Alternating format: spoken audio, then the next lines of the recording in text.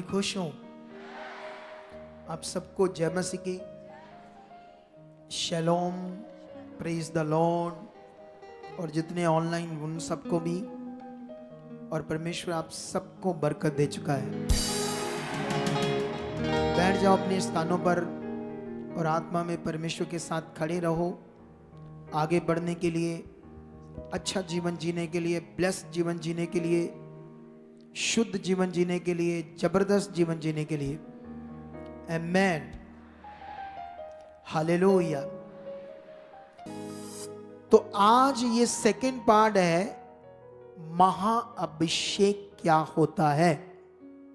Thumbnail दिखाओ लोगों को, इसका पार्ट देख लो, ये 2 है। और हमने क्या किया था, पार्ट 1 आपको लोगों को बता दिया है, लेकिन अब आपको पार्ट 1 के बारे में ज्यादा बता नहीं पाऊंगा, लंबा था। अब थोड़ा शॉर्ट बताता हूं। मैंने इब्रानियों में महायाजक के बारे में बताया था। महायाजक, क्योंकि वहां पर, क्योंकि अभी लोग यीशु मसीह को महायाजक करके बातें करते हैं कि वो हमारा महायाजक है। उन्हें यह नहीं पता था कि वो शब्द जो इब्रानियों की बुक है, वो यहूदियों के लिए लिखी गई। इब्रानियों मतलब यहूदियों के लिए। वो यहूदी जो यीशु मसीह को नहीं मान रहे थे, अपना उद्धारकर्ता, परमेश्वर का पुत्र वो नहीं मान रहे थे। वो कहते ये नहीं है। तो उपदेशक क्या कर रहा है, लेखक क्या कर रहा है, एक भविष्यवक्ता पवित्र आत्मा के द्वारा उनके लिए एक पत्री लिख रहा है। यहूदियों के लिए एक बुक लिख रहा है। उसे बोलते हैं पंजाबी में इब्रानियों का खत, ऐसे बोलते हैं, इब्रानियों की पत्री। तो वहां पर ऐसे लिखा था कि मनुष्यों में ही से महायाजक नियुक्त किया जाता है, ऐसे लिखा था उसमें। मतलब इंसानों में से ही महायाजक और याजक, एक याजक और एक महायाजक। याजक का काम आपको फिर से रिपीट करता हूं, मैंने जो उस दिन बताया था। ऐसे पुराने नियम में टेंट का भवन बना था। उसमें एक आंगन था पवित्र और एक पर्दा लगा था, उसके आगे था महापवित्र स्थान। ठीक है। इधर अगले आंगन में याजक की सेवा थी, याजकों का काम था। और महायाजक एक ही होता था जो लोगों के पापों के लिए जानवरों का खून लेकर, है ना, जानवरों का ब्लड लेकर, वो पर्दे के आगे जाकर परमेश्वर के सामने उस लहू से प्रजा के लोगों के पापों का क्या करता था, प्रायश्चित करता था। उसको कहते हैं महायाजक। और कोई भी याजक पर्दे के अंदर नहीं जा सकता था, महायाजक जा सकता था। ठीक है। लेकिन उस दिन मैंने पढ़ाया था कि यीशु को किसी ने भी नहीं नियुक्त किया। बोलो, है ना। पहले तो ये समझ लो कि यीशु को कोई मनुष्य नियुक्त करेगा, पहले ये सीख लो। इंसान क्या नियुक्त कर सकता है? जब वो बपतिस्मा लेने वाला था यीशु यूहन्ना से, तो उसने कहा मुझे तुमसे लेना चाहिए। उसने कहा डोंट वरी, तुम इस रीति को पूरा कर दो। तुम दिखाने के लिए दुनिया को कि ये मेरी ओर से वचन कहा गया है बपतिस्मा, कि मैंने भी ये ले लिया है। लेकिन जब उसने बपतिस्मा लिया पानी में, वो यीशु मसीह ने, तो क्या यूहन्ना ने उसे पवित्र आत्मा दिया है? परमेश्वर ने दिया। जैसे पवित्र आत्मा आया तो वो अभिषिक्त था। किससे अभिषिक्त हो गया? वो पवित्र आत्मा से। किससे वो अभिषेक हो गया? आत्मा से। ठीक है। ध्यान दो इस बात पर, क्योंकि मुझे आपको बहुत बड़ी चीज में लेकर जाना है आगे। नहीं तो आप में से बहुत सारी रूहें, बुरा हाल हो जाएगा जो मैं विजुलाइज कर रहा हूं आने वाले समय को। मैं पवित्र आत्मा के द्वारा जो विजुलाइज कर रहा हूं, जो लिखा गया यहां पर, वो खतरनाक रीति से पृथ्वी पर पूरा हो रहा है। लोग लालच से चंगाई के लिए ऐसे सेवकों के पीछे दौड़ रहे हैं जिनके वर्ड, जिनकी बातें बाइबल से मैच ही नहीं करती, और लोगों को इससे कोई मतलब नहीं, क्योंकि नेगेटिविटी तुरंत काम करती है। बोलो, जबकि आपके लिए खूबसूरत जीवन आसानी से, सच्ची, जाओ आज का वचन बात ध्यान से सुनना, जैसे परमेश्वर कह रहा है वैसे चलना, आसानी से आपके लिए हो जाएगा। बहुत बड़ा बड़ा बड़ा बड़ा, जितना बड़ा चाहोगे उतना बड़ा हो जाएगा। कितनी टेस्टिमनी सुनते हो, कितने अद्भुत काम यहां सुन रहे हैं या नहीं सुन रहे आप लोग। अरे किसी की कनाडा में वो विजिटर वीजा, घूमने वाला वीजा मांग रहा है उस सरकार से, और सरकार उसे वीजा नहीं देती कि अगर तुम यहां आए, तुम्हारे रिश्तेदार, हमें डाउट है कि तुम वापस नहीं जाओगे, तुम्हें हम वीजा नहीं दे सकते। और वही फाइल दोबारा लगाती तीसरी बार उसी देश में कि मुझे आपके देश में काम करना है, मुझे वो क्या कहते, कौन सा वीजा, वर्क परमिट दे दो, वर्क परमिट वीजा। क्या वो सरकार बुद्धू है? 2 बार उसको रिजेक्शन देती है, रिफ्यूजल के तुम हमारे देश में आए घूमने, तुम वापस नहीं जाओगे, इसलिए हम तुम्हें वीजा नहीं देंगे।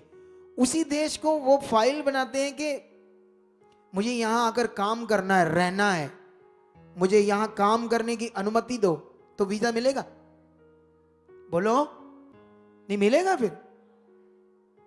लेकिन वही बहन आ जाती है प्रभु में, और वो उसको नहीं पता कितने सेवक हैं और इस दुनिया में क्या क्या तेल पानी ऐसे रीति रिवाज होता है, क्या क्या होता है, उसको कुछ नहीं पता।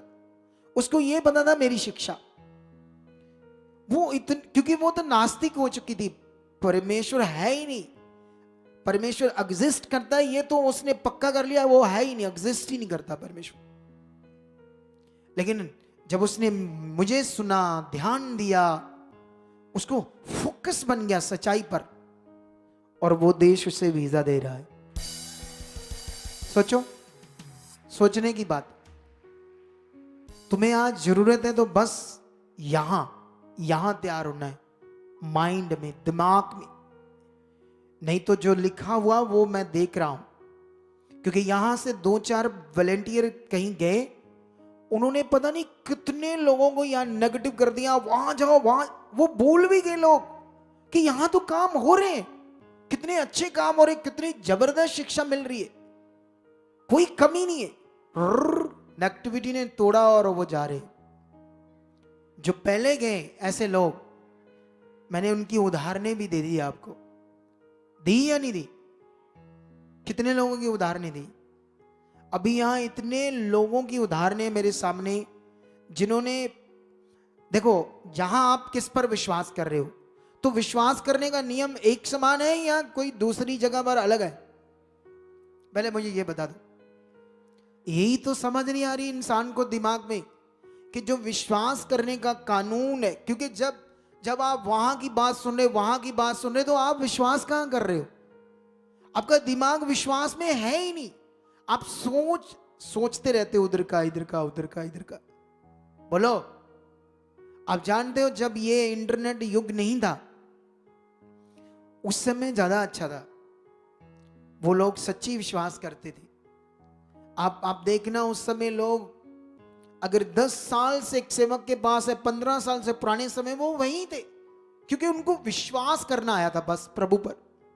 आज कहां विश्वास?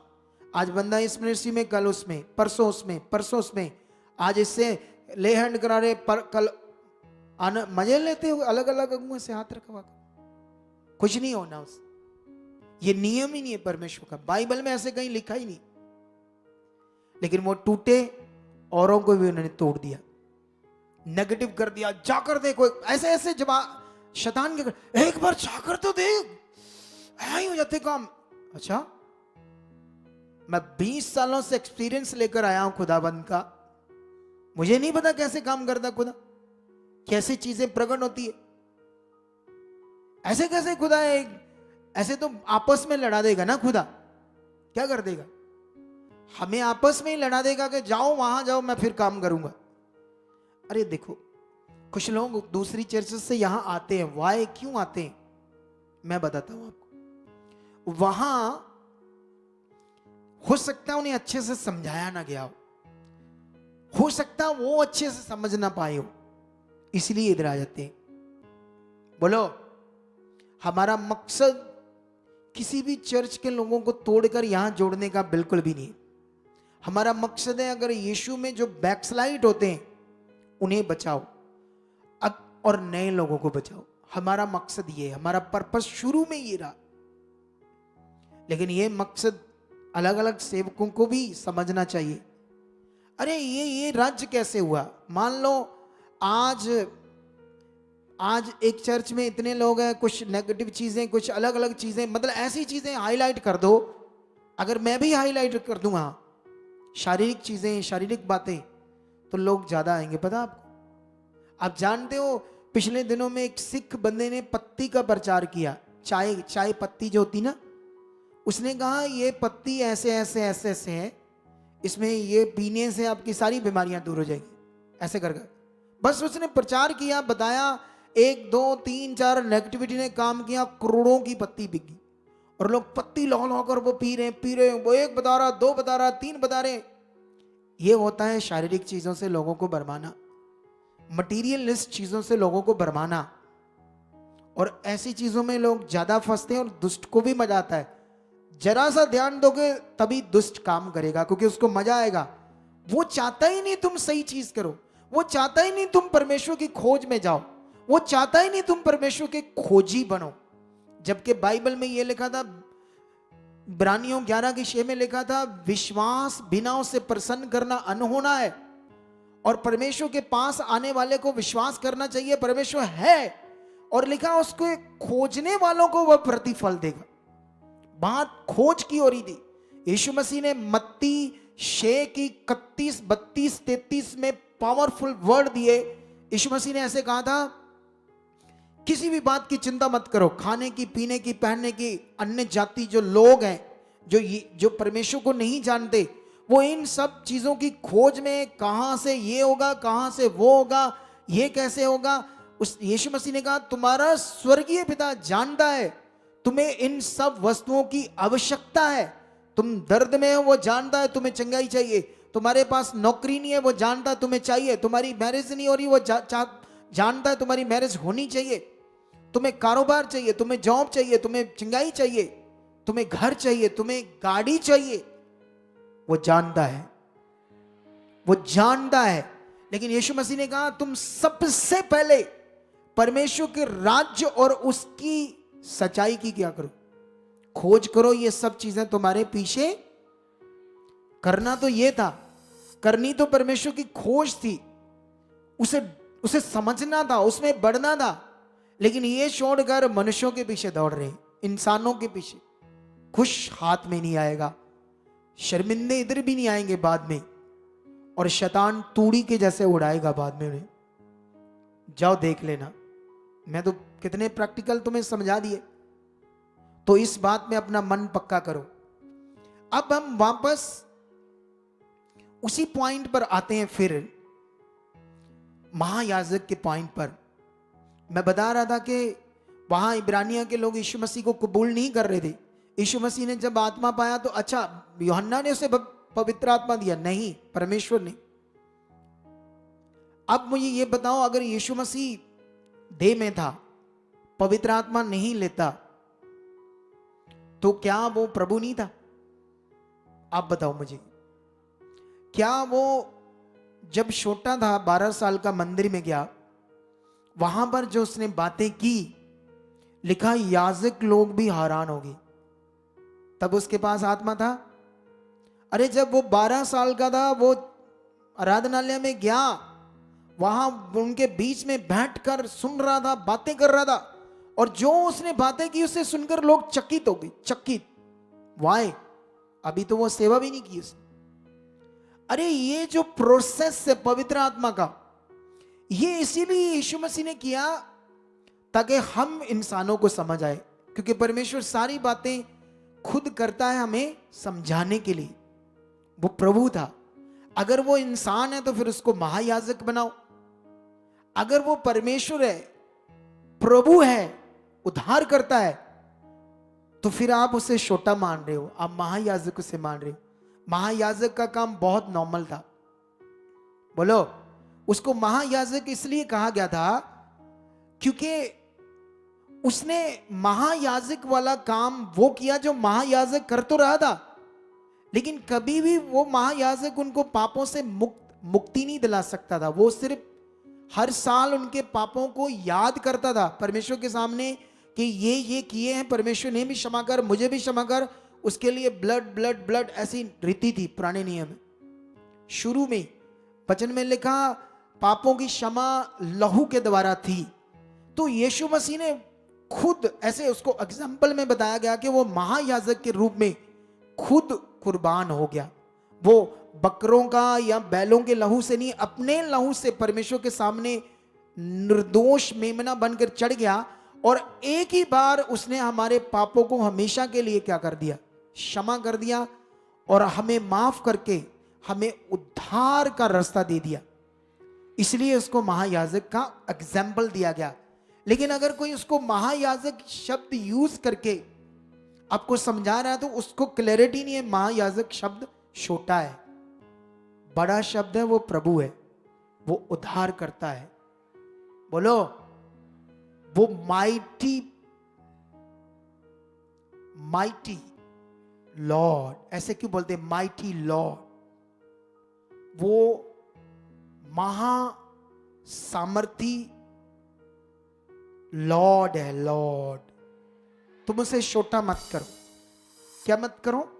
वहां यहूदी लोगों को सिर्फ समझाया गया है, समझाया गया है कि क्या यीशु मसीह ने किया था, क्योंकि वो लोग वो मनुष्यों में से एक महायाजक को पकड़ रहे थे। लेकिन वो लोग कहां मान रहे थे ना। लेकिन अभी मैं आपको 2-3 वचन पढ़ाऊंगा फटाफट से। अगर आप लिख कर रखना चाहते हैं तो लिख लेना, लेकिन आपको क्या करना है, आपको सिर्फ समझना है। कभी कभी आप लोग क्या करते हैं, लिखने में चक्कर में, निकालने में बुक है ना, दिमाग सामने नहीं रख पाते। सामने रखो दिमाग को सुनने में। हालेलुया। आपको क्या करना है, आपको सिर्फ समझना है। YouTube में ये मीटिंग पड़ी रहेगी, वहां से बैठकर आराम से आप लोग दोबारा क्या कर सकते हो, आप लोग दोबारा इसे सुन सकते हो, समझ सकते हो ना। देखो ये क्या लिखा, मैं आपको समझाता हूं। ये वचन लेव व्यवस्था में इसकी चैप्टर 6 का 22 क्या लिखा है। लिखा, हारून के पुत्रों में से जो भी उस याजक पद पर अभिषिक्त होगा वह भी उसी प्रकार चढ़ावा चढ़ाया करेगा, और ये विधि सदा के लिए कि यहोवा के सम्मुख वह संपूर्ण चढ़ावा जलाया जाए। आमेन। तो यहां पर आपको ये मैं वचन से सिर्फ एक भेद की बात समझा रहा हूं। आगे खोलो, आगे खोलो, सामने देखो। तुम्हें बस सामने देखना, नीचे मत देखो प्लीज, सामने देखो। क्योंकि मुझे ये वर्ड लेने के लिए बड़ी बड़ी मेहनत करनी पड़ती है। आपको कैसे समझाऊं? तुम इसे बाइबल में लिखा था, तुम सुच्चे मोतियों को है ना, सूरों के आगे मत डालो। मतलब जो संसारिक लोग हैं, जो पवित्र वचनों का नरादर करेंगे, तुम वो तो नहीं करोगे।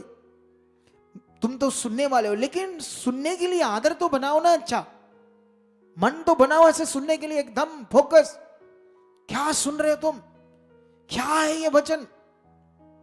अरे परमेश्वर का मुंह से निकला हुआ वचन वो है जिसने आकाश पृथ्वी सब कुछ बनाया। जब उसका वचन आकाश पृथ्वी सब कुछ बना सकता है, तो वो वचन जो तुम्हारे अंदर होगा तो तुम्हारी जिंदगी में क्या करेगा? सोचो। अगर तुम्हारी जिंदगी में वर्ड नहीं है तो तुम भटक जाओगे। क्या हो जाओगे तुम लोग? भटक जाओगे। फिर तुम्हें भटकना नहीं है। तो यहां पर ऐसे लिखा, यहां पर एक चीज समझानी थी मुझे कि यहां पर पुराने नियम में तेल लगाकर जो अभिषेक किया जाता था उसको बोलते थे याजक पद, जिसका मतलब होता है नियुक्त करना एक पदवी के ऊपर, ठहराना एक पद के ऊपर, एक पदवी के ऊपर। हालेलुया। कितने लोगों को यह बात समझ आ रही है? ठीक है, लेकिन एक वचन और पढ़ते हैं हम। ये मिलेगा आपको 8 का 10, 11, 12। ठीक है, आपके पास लिखे हुए वचन भी आ रहे हैं सामने। तब मूसा ने अभिषेक का तेल लेकर निवास और जो कुछ उसमें था उन सबको भी अभिषेक करके उन्हें पवित्र किया, और उस तेल में से कुछ उसने वेदी पर 7 बार छिड़का, और कुल समान समेत वेदी का और पाए समेत हौदी का अभिषेक करके उन्हें पवित्र किया। आगे, और उसने अभिषेक के तेल में से कुछ हारून के सिर पर डालकर उसका अभिषेक करके उसे पवित्र किया। तो आपने ये पढ़ लिया ना 12 तक वचन। ठीक है, अब आप लोगों को क्या करना है? ठीक है, अभी यहां पर मुझे जो अभिषेक करना का विषय है इसको थोड़ा सा आपको समझाना है। क्यों समझाना है? चलो इसको पहले समझाते हैं हम स्ट्रॉन्ग बाइबल से। ठीक है, तो स्ट्रॉन्ग बाइबल से पहले हम 40 का 15 पढ़ेंगे स्ट्रॉन्ग बाइबल से। यहां पर भी जब 40 से पढ़ोगे तो यहां भी मूसा, हारून और उसके पुत्रों को अभिषेक करने की बात कर रहे हैं। सुनो तो देखो अभी, तो यहां पर जो अभिषेक शब्द है, मैं आप लोगों के दिमाग में क्यों बार बार इसको समझाने की कोशिश कर रहा हूं आपको, क्योंकि अगर नहीं समझे, क्योंकि मैं जानता हूं बहुत सारे लोग तो यहां बेचारे बस एक आशा से आए, कब होगा हमारा काम, कब होगा। अरे तुम परमेश्वर के पास आए, तुम अनपढ़ भी हो ना, अनपढ़ भी, तुम एक बड़े सेवक बन सकते हो, बड़े सेवक। सच्ची, अनपढ़ भी, तुम्हें ऊड़ा एड़ा भी नहीं आता, क्योंकि पवित्र आत्मा का दान और परमेश्वर पर विश्वास और प्रैक्टिकल करना, ये इतना बड़ा विषय है, इतना बड़ा विषय है ये, तुम लोग सोच भी नहीं सकते। मुझे बताना पड़ेगा जल्दी जल्दी। सुनो तो देखो, हमारे पास एक सिस्टर है, वो अनपढ़ है, वो बीमारी से मरने वाली थी, गांव की थी, बिल्कुल अनपढ़, उसका पति ड्राइवर, और वो भी 25 साल से 50 गज जगह 2 मरले गांव में, जबकि गांव में सस्ता होता है सब कुछ, जमीन घर सब कुछ। हाँ रुक जाओ, 2 मरले जगह, टूटा सा एक कमरा, कच्चा, बुरा हाल, 25 साल निकाल दिए। पति नशे करता था, माड़ी मोटी गांव में दिहाड़ी लगाई, मम्मी ने लगाई, उसने लगाई, बहन ने थोड़ा बहुत आया, हाड़ी सोनी कर लिया, चलो गुजारा चल रहा है, कुछ जीवन नहीं, बीमारियां, हालात।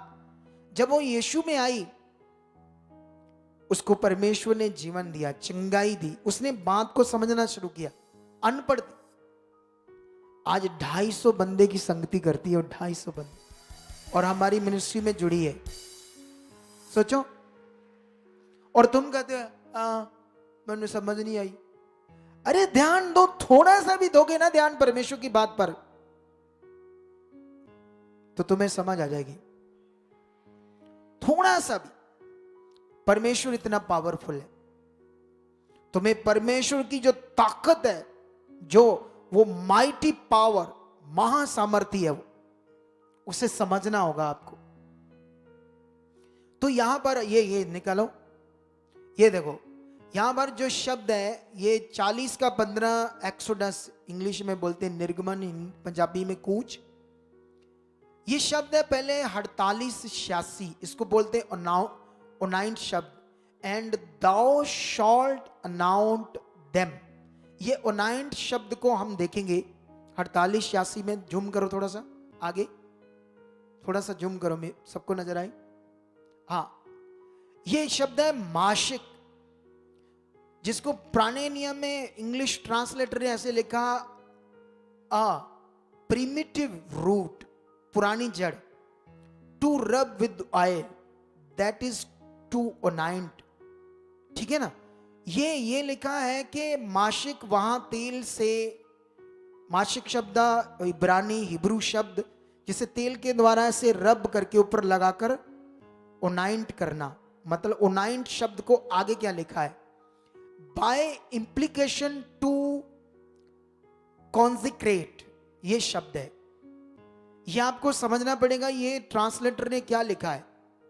उसने ये लिखा है, इंप्लीकेशन का मतलब होता है उस चीज से कनेक्शन करना, या पर्पस या कनेक्शन करना उस चीज से, मतलब ऑयल से, टू कॉन्जिक्रेट, मतलब जिसका मतलब है, कॉन्जिक्रेट का मतलब है पवित्र ठहराना, उस चीज को ठहराना। हालेलुया। आपको समझ आ रहा है या नहीं आ रहा? तो यहां पर ये ट्रांसलेटर है वो सही बात कर रहा है कि परमेश्वर ने उन्हें किसी चीज के द्वारा कुछ ऐसा कहा कि तुम ये करो और ये जो है ऐसे पवित्र ठहर चुके हो। ठीक है, ऐसे कहा, क्योंकि पुराने नियम है, अंधकार का समा था, पवित्र आत्मा का दान अवेलेबल नहीं था और अभी अनुग्रह नहीं हुआ था, परमेश्वर के अनुग्रह के काम को परमेश्वर ने पूरा नहीं किया था, तो इसलिए रीति रिवाज, मटीरियलिस्ट चीजों की रीतियां, ये चीजें बताई। ठीक है, लेकिन अभी दूसरा भी पढ़ते हैं। यहां पर तो बात हो रही है ओनाइंट, मतलब एक चीज से इंप्लीकेशन, कनेक्ट, ऐसे उससे जोड़कर, है ना, आपको क्या कर दिया, पवित्र, कॉन्जिक्रेट मतलब पवित्र ठहरा दिया। लेकिन अभी आपको समझना होगा कि जो ये लिखा गया है ये सचमुच वैसा है या नहीं। एक और पढ़ते हैं, ये वो उसका 8 का भी 12, ये लव व्यवस्था 8 का 12 है। इसमें लिखा, इसमें भी ये शब्द है, यहां पर लिखा एंड ही, ये आगे पढ़ो, जो आगे वाला 19 शब्द 48-88, इसको करो क्लिक। क्या ये शब्द, ये शब्द है मीश खा। झूम करो थोड़ा सा, झूम करो इसको थोड़ा सा। हाँ, ये मीश का शब्द है, उसको माशे कहा गया था ओनाइंट को, और ओनाइंटिंग को कहा गया मीश का। अगर इसकी डेफिनेशन में जाए तो लिखा अंक्शन। अंक्शन का मतलब क्या होता है? अंक्शन शब्द का मतलब होता है एक रस्म, एक रीति। हालेलुया। तो यहां पर वो रीति, फिर उसको क्या लिखा गया है, unction the act by implication a consecratory. थोड़ा सा चेंज हो गया शब्द, पहले वहां कॉन्जिक्रेट था, क्रेटर ऐसे करके शब्द था, यहां कॉन्जिक्रेटरी। इसका मतलब क्या है कि परमेश्वर ने तेल के द्वारा उस चीज को ऐसे पवित्र ठहराया, ऐसे ठहराया। ठीक है, समझ आ गया? ये है बात। लेकिन अब हमें यह समझना पड़ेगा, क्या वहां पर जब आपने पढ़ा 8 की 10 में लय व्यवस्था, ये देखो, तो यहां पर वेदी, मटेरियल, पत्थर, दूसरी चीजों को भी तेल लगाकर कहा गया है, ये भी अब क्या है, पवित्र। उन चीजों को भी कहा गया है, वेदी को भी, है ना, वेदी के पांवों को भी, है ना, पत्थर को भी अगर वो तेल लगा दिया तो उसको भी क्या कहा, यह पवित्र ठहर चुका, ऐसे ठहरा दिया। हालेलुया। क्या मटीरियलिस्ट चीजें क्या पवित्र हो सकती है? हैं? क्या मटीरियल हो सकती है? लेकिन परमेश्वर क्यों ऐसे पुराने नियम में ऐसी रीति को दे रहा है? क्योंकि अंधकार का टाइम था, उस समय वो पाप के गुलाम थे, परमेश्वर का असली काम पूरा नहीं हुआ था जिससे परमेश्वर उन्हें जीवन दे। इसीलिए वो लोग पापी थे, शारीरिक थे, तो रीति रिवाज की बात कर रहा है परमेश्वर उनसे। लेकिन लेकिन लेकिन लेकिन सुनो इधर देखो, यहां पर आप एक चीज सीखो, यहां पर कि यहां पर क्या ऐसा है कि वो लोग तेल के द्वारा पवित्र होने के बाद सारे लोग पवित्र थे? कौन सा महायाजक, कौन सा भविष्यवक्ता गलतियां नहीं कर रहा था? बताओ मुझे, बोलो। पवित्र का क्या मतलब होता है? पवित्र का तो मतलब होता है जिसमें कोई पाप ना हो, वो निष्पाप हो। लेकिन जब आप शाऊल को मसा किया गया, अभिषेक किया गया, तो शाऊल क्या कर रहा था? शाऊल तो 2 साल बाद ही घमंड में आ गया। 2 साल बाद ही वो परमेश्वर के दास को इग्नोर करने लगा। 2 साल बाद ही वो अपनी मनमानी करने लगा और फिर वो परमेश्वर से दूर हुआ। फिर वो भूत सिद्धि करने वाले सियाने बाबे के पास जा रहा है। सोचो, पढ़कर देखो। उससे वो हल मांग रहा है, जबकि परमेश्वर ने उसे राजा बनाया। वो बहुत गरीब था, दिहाड़ीदार बंदा था, ऊंचा किया, जितवाया, वो भूल भी गया। अगर वो अभिषेक जो चीज है पवित्र ठहरा देती है एक बार तेल, अगर सचमुच वो काम करता है तो उस पर काम करना चाहिए। काम करता है आपका मन, जो उसने हटा लिया। अपने दिमाग को अपने तरीके से लेना शुरू कर दिया उसने, अपने तरीके से। इसीलिए उसने क्या किया? गलत चीज करना शुरू कर दिया वहां। और जब गलत चीज शुरू कर दिया तो आखिरकार वो उसका विश्वास, जो ताकतवर परमेश्वर जिस कुल से वो पैदा हुआ, उसमें वो यहोवा को जानते हैं परमेश्वर कौन है, उसको छोड़कर अपनी प्रॉब्लम सामने हालात है, दूसरे राजा चढ़े आ रहे हैं, अब वो जंग कर रहे हैं, अब इन्हें मरना पड़ेगा, हारना पड़ेगा, और भूत सिद्धि सियाने वाले बाबे के पास जाकर अपना निवारण ढूंढ रहा है, हल ढूंढ रहा है। समझ आया? तो क्या ये पवित्र है? ये पवित्र ठहरा था ऐसा? मतलब वो एक रीति थी जिसमें परमेश्वर उनको एक समय में ध्यान लगा रहा था कि वो बने रहे, टूटे ना। आगे जाकर दाऊद का अभिषेक हुआ। दाऊद पवित्र होने के बावजूद भी व्यभिचार कर रहा है, औरत से संबंध बना रहा है, फिर पश्चाताप कर रहा है, फिर रो रहा है, मुझसे गलती हुई। हालेलुया। कितना ढूंढो, शाऊल, सैमुअल उसका बेटा, सबसे ज्यादा पाप उसने कर दिया। उसने तो जो मनुष्यों के बनाए हुए देवते उनके मंदिर तक बना दिए। सैमुअल ने, जो सबसे बुद्धिमान राजा था। सोच कर देखो बातें। वो उनकी पूजा करने लगा। जो फिलिस्तीन, दूसरी तीसरी जो सुंदर लड़कियों से उसने शादी कर ली थी, उनके वो पीछे लग गया। आपको पता है या नहीं? तो आपको समझना चाहिए ये बात, क्योंकि आज अगर आप ये वचन सीख गए, इधर देखो ध्यान से, वर्ड में इतनी ताकत है। परमेश्वर ने सारा कुछ रखा है, कुछ नहीं छिपाया। शाऊल का जीवन नहीं छिपाया, दाऊद भविष्यवक्ता का व्यभिचार नहीं छिपाया। सैमुअल इतना ब्लेस्ड था जब तक परमेश्वर के साथ, सुलेमान इतना ताकतवर राजा था, इतना बुद्धिमान राजा था वो, इतना ताकतवर वो राजा था, कुछ जीवन भर उसके सामने को ठहर नहीं सका। लेकिन एक दिन उसने अपने मन को शरीर की चीजों पर लगाया, सुंदर सुंदर औरतों पर लगाया। अलग अलग देशों के जो अन्य जाति थे उनकी औरतें, लड़कियों के साथ शादी की, उनमें लीन हो गया, उनके प्यार में, गंदी चीजों में लीन हो गया। उसको भूल गया कि परमेश्वर कौन है। उसने मुझे क्या कहा, कहां से निकाला, कितना ऊंचा किया। उसके बाद क्या हुआ? फिर वो एक दिन मर गया ना। क्यों मरा? क्योंकि देखो लास्ट में वो कर क्या गया है। अच्छा, वो पवित्र ठहरा है तो फिर वो करना चाहिए उसको वो चीज, जब वो अच्छे से जानता है परमेश्वर कौन है। इसका मतलब वो एक रीति है पुराने नियम में। मेन है आपका मन, माइंड, परमेश्वर के साथ चलना। मेन वो है, मन से चलना, वो मेन। हालेलुया। समझ आया? तो अब यीशु मसीह अगर महायाजक कोई पावरफुल चीज है, जैसे वो बोला जा रहा है ना, अभी क्रिश्चियनिटी के अंदर ये प्रचार हो रहा है यीशु मसीह महायाजक है, और उसी महायाजक की सामर्थ्य है महाअभिषेक, ऐसा कहते हैं। ऐसे शब्द उठा लिया, बना लिया, महाअभिषेक। लेकिन अभी मुझे क्लैरिटी करनी है इब्रानियों में। मुझे, अगर तुम इब्रानियों 5 की 1 पढ़ोगे तो वहां पर क्या लिखा होगा? वहां पर यह लिखा होगा, मैं पढ़कर आपको समझाता हूं ये वचन, ठीक है, ताकि आपका दिल दिमाग आज खुल जाए परमेश्वर के साथ और तुम बड़ी बरकत पाओ यीशु मसीह ने।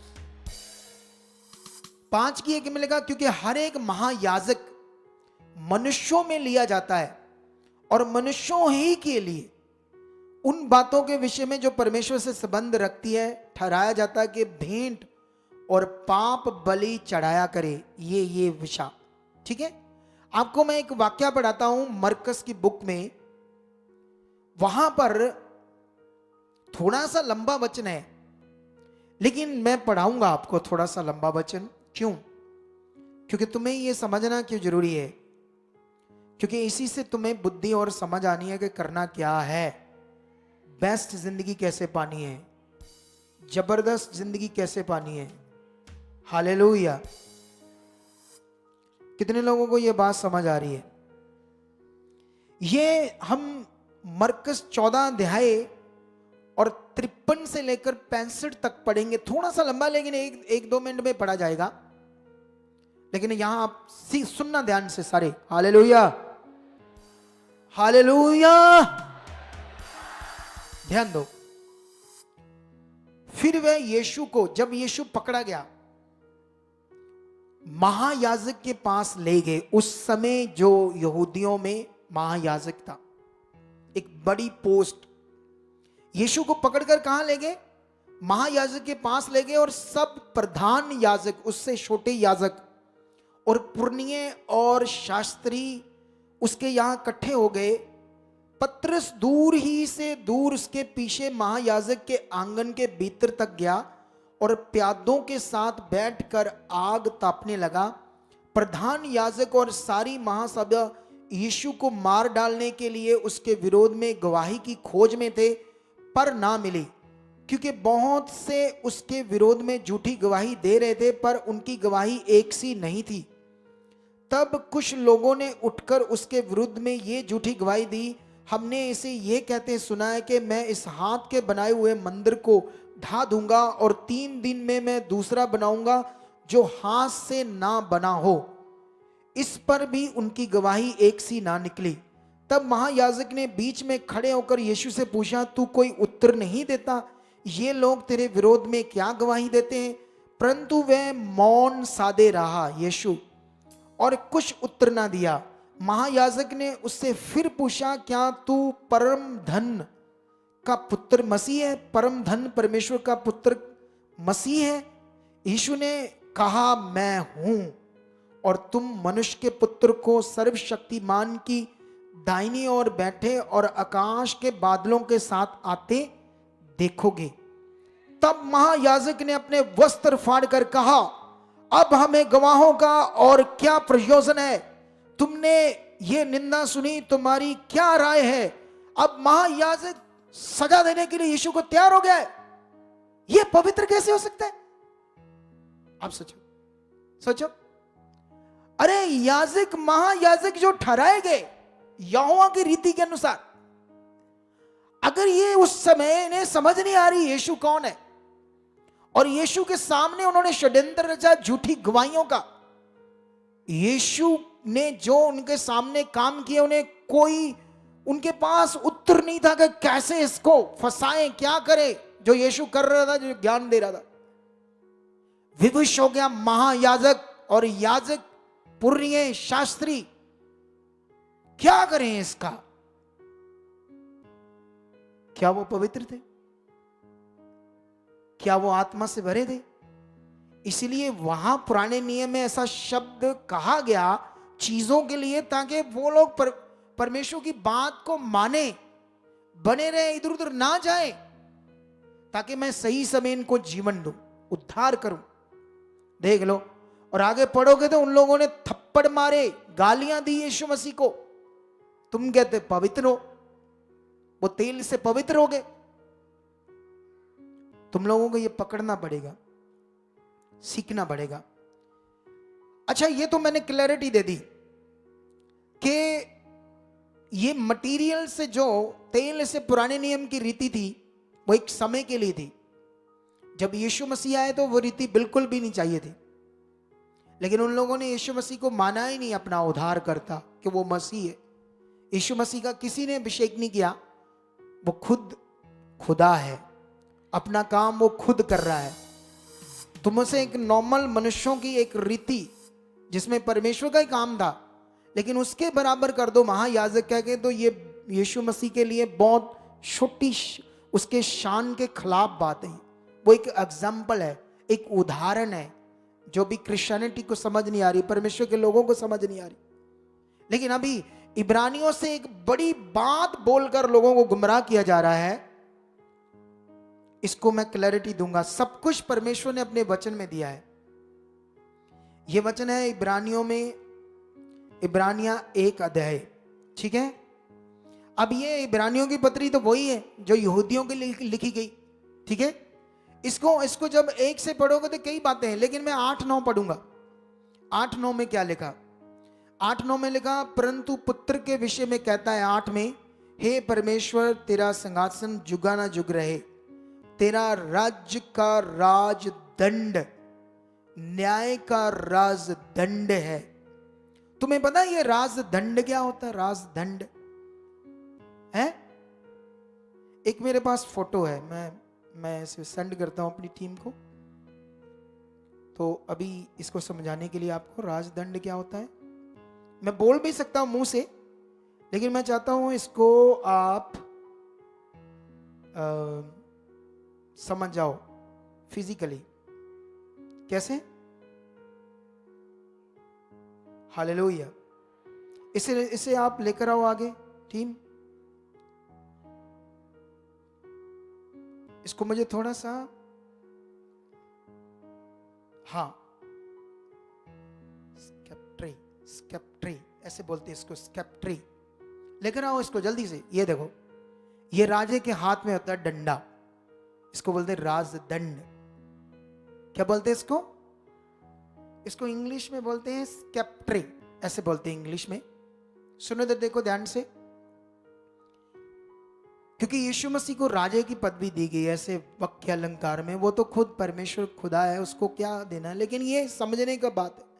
आगे क्या लिखा है?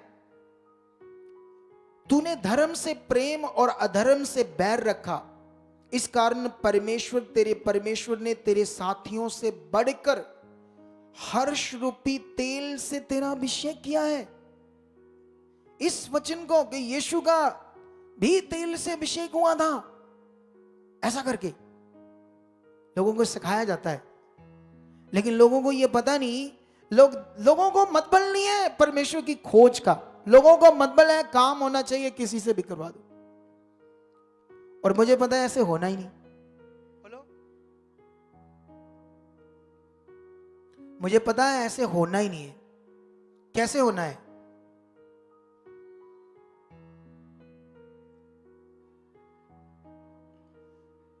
नियम से होना, नियम से। कैसे होना है? परमेश्वर सिस्टम का परमेश्वर है, महान। वो इंसानों जैसे नहीं है। आज बात ये, कल वो, अभी बात करके बदल जाते लोग। हाँ जी हाँ जी, ले 1 मिनट में वादा करके बात करके मुकर जाना, ये इंसानों की फितरत है। झूठ बोलना फितरत है इंसानों की। परमेश्वर का दास मेरे जैसा आपसे कुछ पूछे, 1 मिनट में मुकर जाओगे, ये है फितरत इंसानों की। क्या परमेश्वर ऐसा है? उसके लिए सारे इंसान एक बराबर हैं या अलग अलग? अगर उसके लिए एक बराबर नहीं, वो एक दृष्टि से नहीं देखता, तो वो फिर परमेश्वर ही नहीं। ये बात याद रख लो। तुम्हें ये पकड़ना होगा, तुम्हें समझना होगा परमेश्वर की ताकत को, उसकी अखंडता को। तो यहां पर परमेश्वर हर्ष रूपी तेल से तेरा अभिषेक किया था। अरे तुम्हें ये एक वचन सामने लाओ, अगला भजन संहिता 45 का 6 और 7 अगर तुमने लिखा है, ये देखो क्या लिखा। ये दाऊद ने भी पहले से आत्मा से लिख दिया यीशु के बारे में। हे परमेश्वर, तेरा सिंहासन सदा स्वर्दा बने रहेगा, तेरा राजदंड न्याय का है। तूने धर्म से प्रीति और दुष्ट सा बैर रखा, इस कारण परमेश्वर ने, हाँ तेरे परमेश्वर ने तुझको तेरे साथियों से अधिक हर्ष के तेल से अभिषेक किया। ये भजन संहिता में है।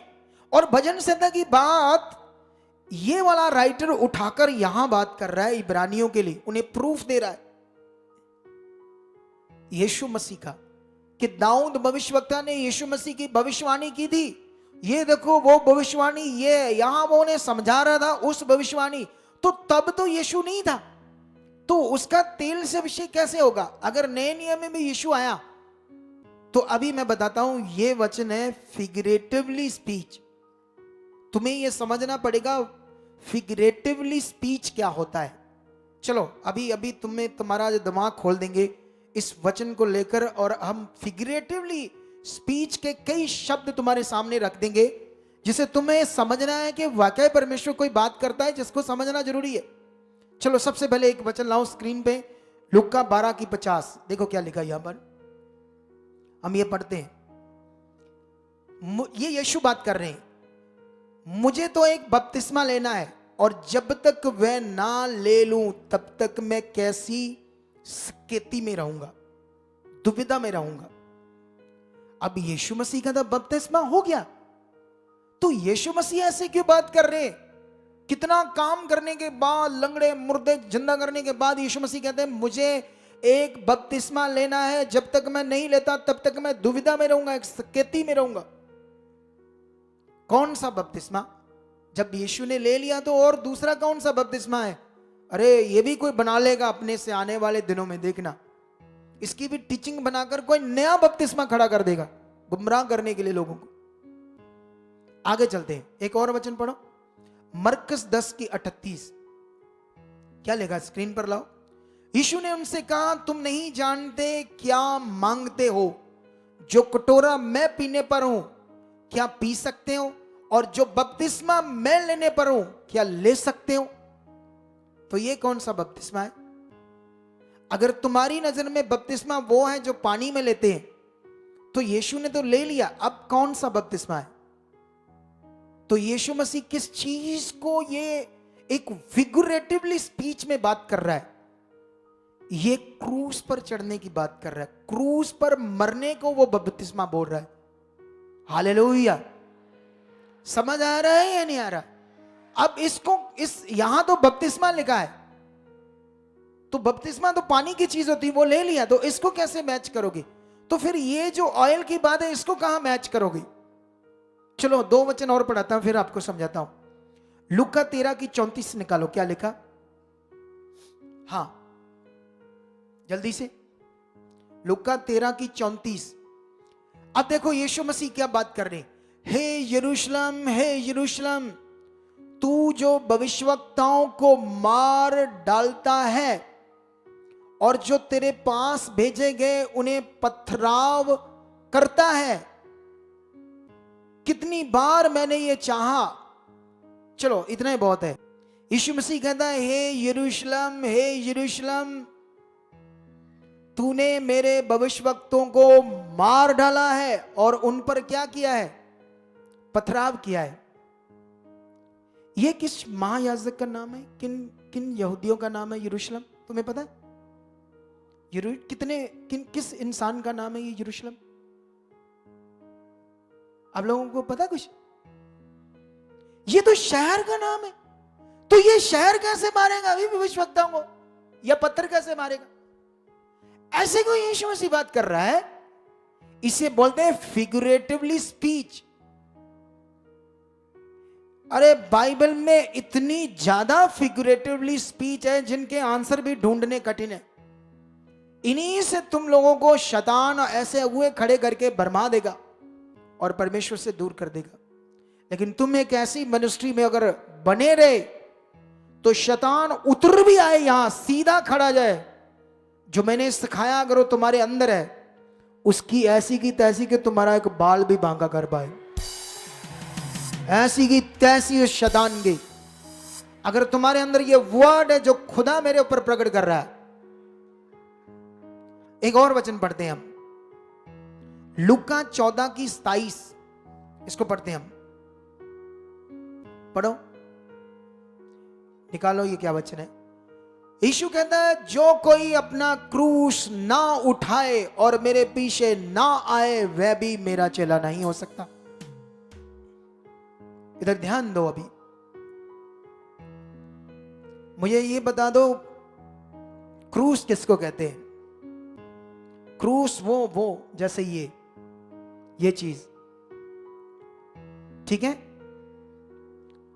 लेकिन आज तक क्रूस किस किस ने उठाया है? कितने पास्टर्स ने उठाकर रोज चलते हैं? कितने विश्वासी रोज क्रूस अपना उठाकर संगति में आते हैं? ऐसी कोई रीति है? तो ऐसे को यीशु मसीह ने कहा कि जो अपना क्रूस उठाकर मेरे पीछे नहीं आएगा वो मेरा चेला नहीं है। किस चीज को कहा यीशु मसीह ने क्रूस? अब इसको कनेक्शन कहां कर देंगे लोग? इसी को तो कहते हैं फिगरेटिवली स्पीच। हालेलुया। कितना पढ़ाऊं मैं तुम्हें, कितना पढ़ाऊं ऐसे वचन जो फिगरेटिवली स्पीच है। सुनो तो ध्यान दो। तो यहां पर यीशु मसीह जो क्रूस की बात कर रहे हैं, ये एक आत्मिक मौत है, आत्मिक मरना, आत्मिक मौत। वो हर एक को आनी है, लेकिन यीशु मसीह का कहना था कि वो तो आनी है पर उसको डरना नहीं, वो मौत से डरना नहीं। लेकिन जो मैंने कहा वो तुम्हें करना है। मेरे पीछे आने का मतलब है जो बातें मैंने सिखाई है उन्हें पूरा करते बढ़ना है। फिर तुम्हें मरना है, क्या होना है, किसी चीज का डर नहीं। ये क्रॉस का मतलब यीशु मसीह समझा रहे हैं। ये एक पावरफुल फिगरेटिवली स्पीच है जिसको आम पास्टर कुछ भी बनाकर आपको दिमाग में डाल सकते हैं। हालेलुया। अब मैं तुम्हें बताता हूं हर्ष रूपी तेल के बारे में। एक्चुअली हर्ष रूपी तेल इसलिए शब्द यूज किया था तेल को, क्योंकि वो लोग तेल को मानते थे, यहूदी लोग। इसलिए वाक्य अलंकार में जैसे यहां अलग अलग जगह पर तेल यूज कर लिया, वहां हर्ष रूपी का मतलब होता है ग्लैडनेस, बहुत ऐसे खुशी, किसी को बहुत खुश, ऐसे खुश होकर उस चीज के लिए नियुक्त कर देना, उस चीज का पूरा दामोदार दे देना, पूरा सब कुछ उसके हाथ में कर देना। ऑयल दर्शाता है यहां पर, तो ये बात हर्ष रूपी मतलब वो तो आत्मा से अभिषेक हुआ था, तेल तो लगाया नहीं गया। लेकिन ये फिगरेटिवली स्पीच थी परमेश्वर की, हमारे लिए पुराने नियम से वहां जोड़ दिया गया वचन समझाने के लिए। लेकिन इसका मतलब ये नहीं कि तुम इस वचन को उठाकर यीशु के ऊपर थोप दोगे, उसका भी हुआ था। कोई साबित कर दे बाइबल में से कि यीशु के ऊपर तेल का, या चेलों को यीशु मसीह ने तेल से अभिषेक किया था, या चेलों ने ये शिक्षा दी थी, या ऐसा कोई ज्ञान यहां है बाइबल में? कहीं भी नहीं। हालेलुया। जानते हो पुराने नियम से लेकर नवे नियम तक आने का विषय बड़ा पावरफुल है, समझने वाला है। लेकिन आज बेस्ट लाइफ, अच्छी लाइफ, तुम जानते हो तुम में से एक हिंदुओं का एक बहुत बड़ा ऐसे प्रचारक है दूसरी बातों का, जो संसारिक बातों, लेकिन वो भी पॉजिटिव, बुरा नहीं वो सिखाता, अच्छा सिखाता है। उसका नाम है जे कार्तिक। कितने लोग उसको जानते हैं जे कार्तिक को? कोई जानता है जे कार्तिक को? जानते हैं उसने एक पोस्ट डाली और उसने 5 किताबें स्टडी करने के लिए बोली। 5 किताबें हिंदू बंदा और गोरों ने लिखी है लगभग वो किताबें सारी। किन्होंने लिखी है? वो खुद पढ़ी और पता नहीं कितने लोगों को वो कहता है, एडवाइस दे रहा है इन्हें पढ़ो, इन किताबों को पढ़ो। अगर बेस्ट लाइफ जीना चाहते हो, जबरदस्त लाइफ जीना चाहते हो, चलो हम एक एक करके उन किताबों को सामने लाएंगे आपकी नॉलेज के लिए। मुझे 2 मिनट में आपको ये चीज थोड़ी सी समझानी है ताकि आपको ये समझ आए। ये सबसे पहले ये एक बुक है,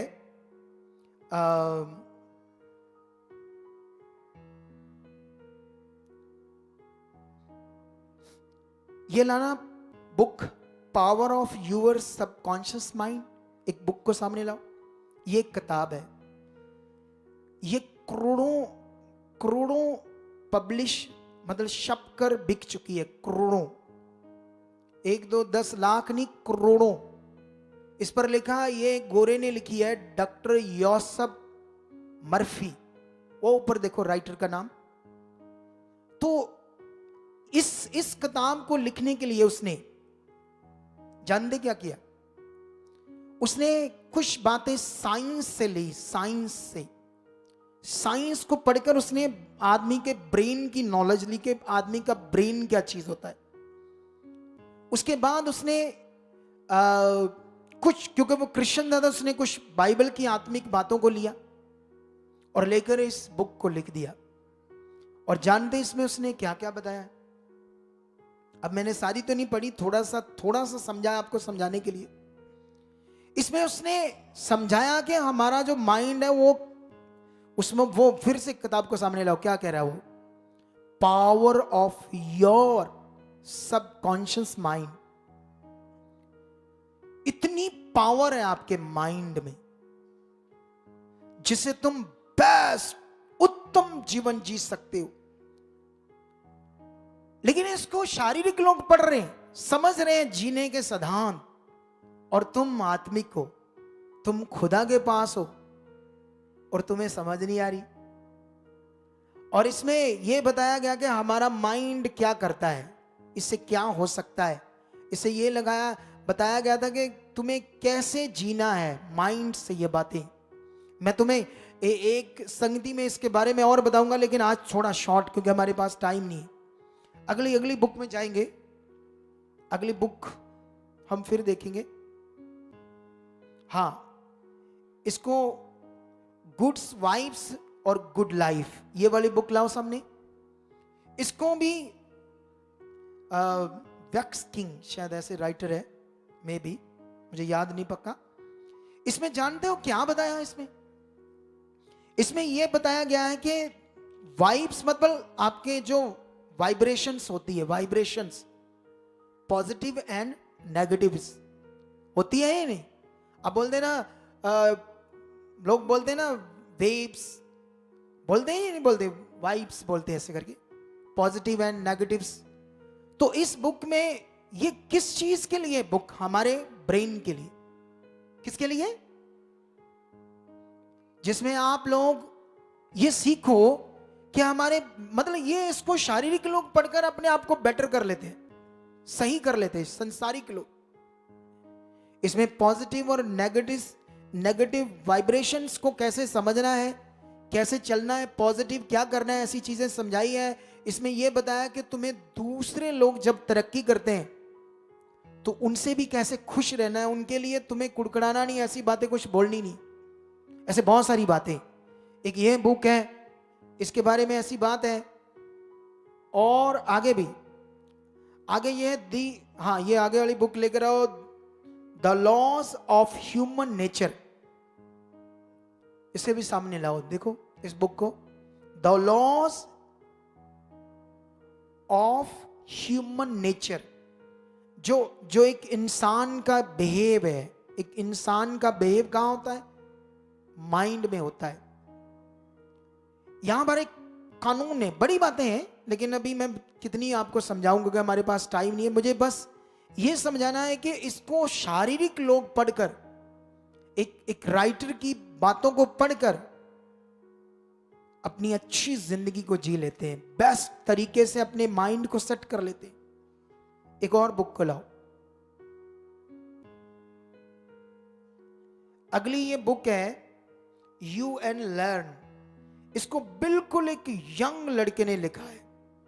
उसने सिंपली इसमें बताया है, जैसे आप छोटी छोटी बातों में जो चीजें हमने करनी है, लेवल काम करने छोटे छोटे, तो उसने ये बताया कि आप कभी कभी ऐसे एकदम से करना चाहते हो ना, वो कर पाते, लेकिन तुम छोटे छोटे पार्ट में भी करना सीखो, छोटे छोटे पार्ट में भी इसको कर सकते हो। उसने 100 तक वो पॉइंट बताए हैं, ऐसी चीज तुम कर कितना आगे जा सकते हो। और कितने लोग, ये बड़ी प्रभावशाली बातें हैं। और लास्ट में जो सबसे पावरफुल विषय है वो बुक है इकिगाई। इसे लाओ सामने। ये जापान के लोगों के ऊपर लिखी गई है। इकिगाई लिखा है इसको दो गोरों ने। जानते इसमें क्या लिखा है? इसमें यह लिखा है कि जापानीज लोग जो है, जो हमारी नॉर्मली उम्र 100 साल होती है, वहां पर कितने साल लोग जीते पता आपको? 150 से भी ऊपर। पूछो उनका रिकॉर्ड। अगर आज उम्र 80 साल है लोगों की, तो वहां लोग 150 तक जी रहे हैं। कैसे कैसे जी रहे हो? उन्होंने अपने माइंड को सेट कर लिया है उस लेवल में कि संसार क्या है, प्रॉब्लम क्या है, ये क्या है, इनमें कैसे आनंद और खुशी के साथ अपने जीवन को जीना है ना। कुछ खाने पीने चीजों को भी माइंड में सेट कर लिया, कैसे खाना खाना है, क्या क्या करना है, कौन से खाने हमें खाना चाहिए, ऐसी चीजों को उन्होंने सेट कर लिया। कैसे हमारी एक्सरसाइज होनी चाहिए, क्या हमने काम करना है, ऐसी चीजों को वो लोग करके अपने ब्रेन से एक अच्छी लाइफ को, गुड लाइफ को 150 साल से भी ऊपर जी लेते। तो परमेश्वर के लोगों को कितना जीना चाहिए? तो यहां क्यों ऐसा नहीं हो रहा? क्योंकि यहां परमेश्वर के लोगों को वर्ड की पावर नहीं सिखाई जा रही, परमेश्वर की पावर के बारे में नहीं बताया जा रहा। उन्हें मटीरियलिस्ट चीजें दी जा रही है जो बॉडी पर लगानी है। ये लगाओ, ये लाओ अभिषेक के नाम पर, इससे तुम्हारा काम होगा। और इतने अनपढ़ और गवारी का काम दिमाग लोग करते हैं कि उन चीजों को पकड़कर परमेश्वर से दूर हो रहे हैं। हालात नहीं आएंगे तो क्या आएंगे? और शैतान खुश होता है, वो खुश होता है कि परमेश्वर के लोग ये सीख ही ना पाए। अरे परमेश्वर के वचन में लिखा था सबसे अधिक अपने माइंड की रक्षा करो, क्योंकि जीवन पाने का मूल स्रोत वही है। परमेश्वर के वचन में लिखा था मन, आपका माइंड सबसे धोखा देने वाली चीज है, उसमें असाध्य रोग लगा है, लेकिन मैंने उसे बनाया है और यहोवा उसे जांचता है। मन के ऊपर में जब मैंने यहां इंग्लिश में पढ़ा ना ये मन के बारे में, वहां जब लिखा था तो स्ट्रॉन्ग बाइबल से देखा इंग्लिश से, वहां हार्ट लिखा, हार्ट। मैं सोचा गोरा होकर भी हार्ट लिख रहा है, इसको माइंड लिखना चाहिए था। लेकिन बाद में मैंने नीचे से ट्रांसलेशन चेक किया तो वो लिखा था फिगरेटिवली यूज किया ये शब्द हार्ट। ठीक है, सुनो देखो ध्यान से। तो अभी आपका जो माइंड है, आप जानते जब आप डर जाते हो, आप जानते जब दुष्ट आत्मा का डर आपके दिमाग में, आपके माइंड में बजता है, बार बार क्या होगा, कैसे होगा, डर आ जाता है आपके माइंड में, आपके दिमाग में वो डर की बातें, वो नेगेटिव बातें चल रही।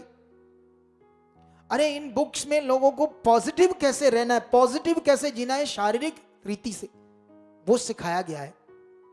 लेकिन पॉजिटिविटी तो ऑलरेडी परमेश्वर की चीज है ना, चाहे वो शारीरिक रीति से भी समझाई गई हो, फिर भी उनके जीवन में काम होता है और वो लंबा जी लेते हैं। तो जो परमेश्वर के लोग, और सबसे पावरफुल वर्ड जो यहां काम करता है, जिसमें यीशु परमेश्वर ने कितना हमें ये बताया कैसे होगा ये सारा कुछ, तुम्हें ये पकड़ना है या नहीं पकड़ना है।